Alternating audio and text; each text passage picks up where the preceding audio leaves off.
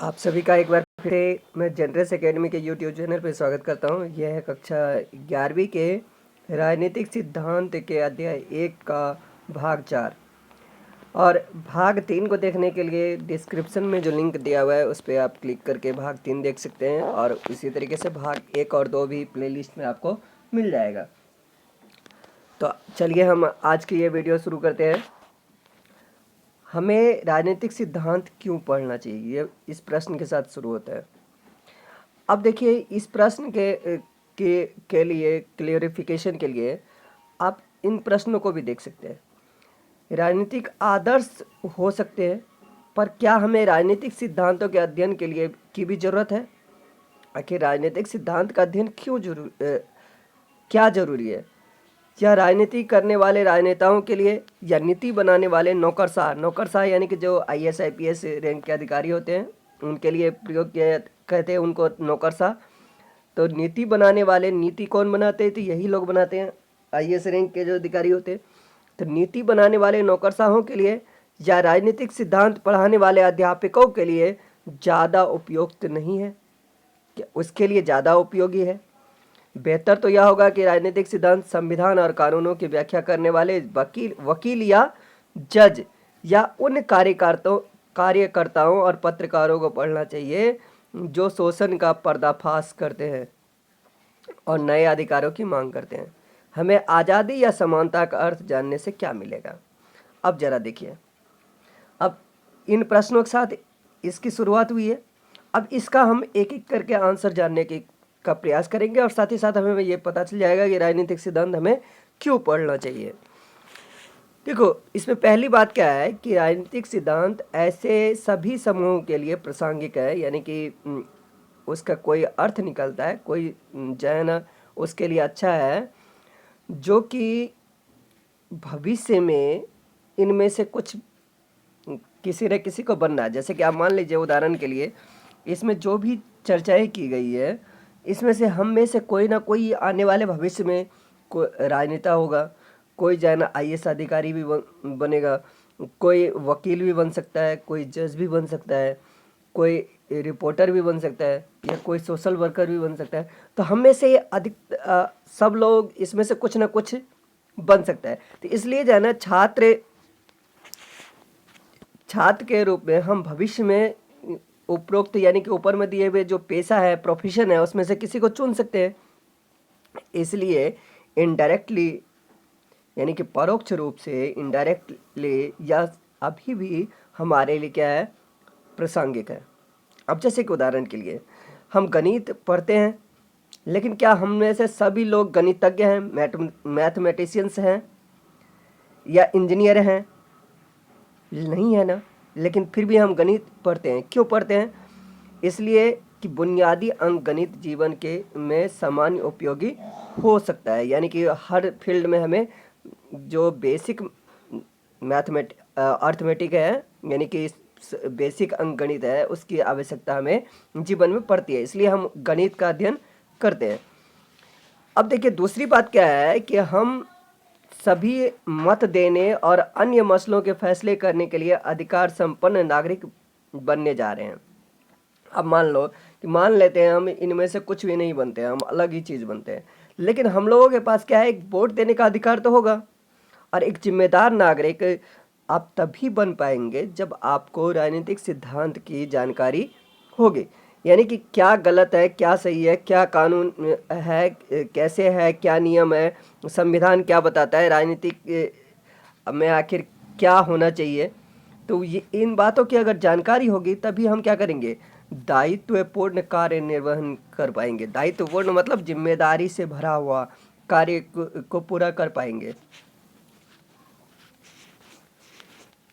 विचारों और संस्थाओं की बुनियादी जानकारी हमारे लिए क्या है, मददगार है। अब संस्था जैसे कि कार्यपालिका, न्यायपालिका, विधायिका या फिर नौकरशाह क्या होता है, UPSC संघ लोक सेवा आयोग कैसे काम करती है, राज्य लोक सेवा आयोग कैसे काम करती है, अर्थात सरकार के कितने रूप होते हैं, किस तरीके से उसे काम करना चाहिए। तो यानी कि संस्थाओं की बुनियादी जानकारी हमारे लिए मददगार होती है, जो हमारी दुनिया को आकार देते हैं। सूचना परक समाज में यदि हमें ग्राम सभा में सहभागी होना है या वेबसाइट और मतदान पर अपनी राय पेश करनी है तो हमारा तर्कशील और जानकार होना निर्णायक होता है। अगर हमें उसके बारे में जानकारी होगी तभी हम जो है ना उसको सही बता पाएंगे। यदि हम मनमाने तरीके से अपनी वरीयताएं यानी कि अपनी प्रायोरिटी प्रकट करें, यानी कि अपनी प्राथमिकता जो है ना अगर प्रकट करें तो हम ज़्यादा प्रभावी नहीं होंगे। लेकिन यदि हम विचारशील और परिपक्व हैं यानी कि मैच्योर हैं, यानी कि सोचने समझने की शक्ति हमारे अंदर काफ़ी प्रबल है, मजबूत है, तो हम अपने साझा हितों को गढ़ने और व्यक्त करने के लिए नए माध्यमों का उपयोग कर सकते हैं। नागरिक के रूप में हम किसी सॉरी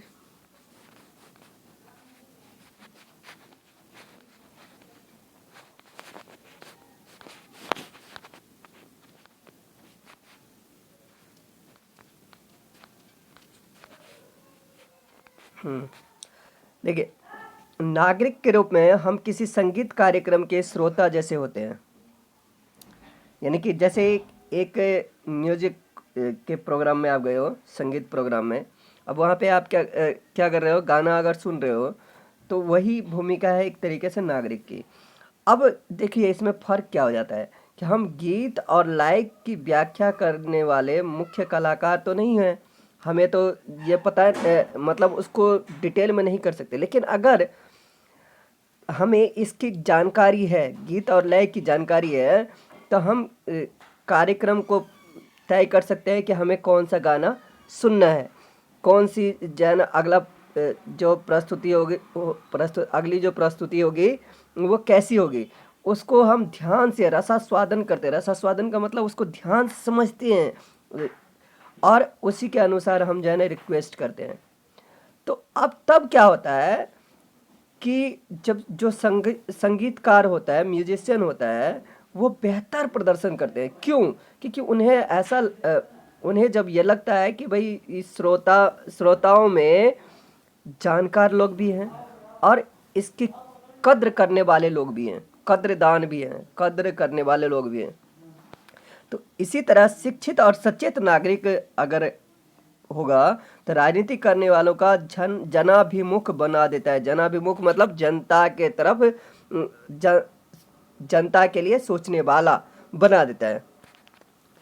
तीसरी बात यह है, देखिए दो बातें अभी हमने चर्चा की है कि जानकारी, अगर राजनीतिक सिद्धांत की जानकारी होगी तो सबसे पहली बात क्या होगी कि हम जो है ना कोई पैसा तो ऐसा अपनाएंगे, जैसे कि आईएएस अधिकारी हम में से कुछ लोग बन सकते हैं, राजनेता बन सकते हैं, या फिर हम जो है ना पत्रकार बनेंगे, वकील या जज बन सकते हैं।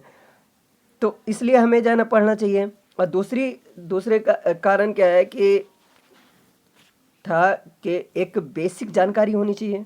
जैसे कि गणित हम लोग पढ़ते हैं, मैथ्स पढ़ते हैं, तो मैथ्स में हम लोग जो है ना धुरंधर तो होते नहीं है, लेकिन मैथ्स जानना जरूरी हो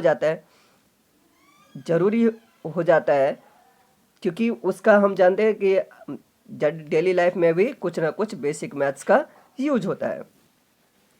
अब बात करते हैं कि अगर मान लीजिए कि एक म्यूजिक सुनने वाला है और म्यूजिक सुनने वाला है, उसको कुछ नहीं पता है म्यूजिक का, तो कोई भी गाना सुना दो, कोई फ़र्क नहीं पड़ता।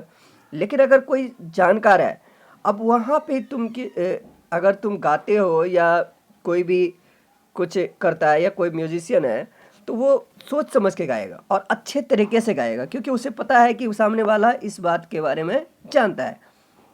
ठीक है। तीसरी बात क्या है कि आज़ादी, समानता और धर्मनिरपेक्षता हमारे जीवन के अमूर्त मसले नहीं है। अमूर्त मतलब जो मूर्तिकार, यानी कि मूर्त मतलब होता है कि जो बार बार चलते रहता है, और अमूर्त का मतलब जो एक अस्थाई होता है। तो ये अस्थाई नहीं है, अस्थाई है।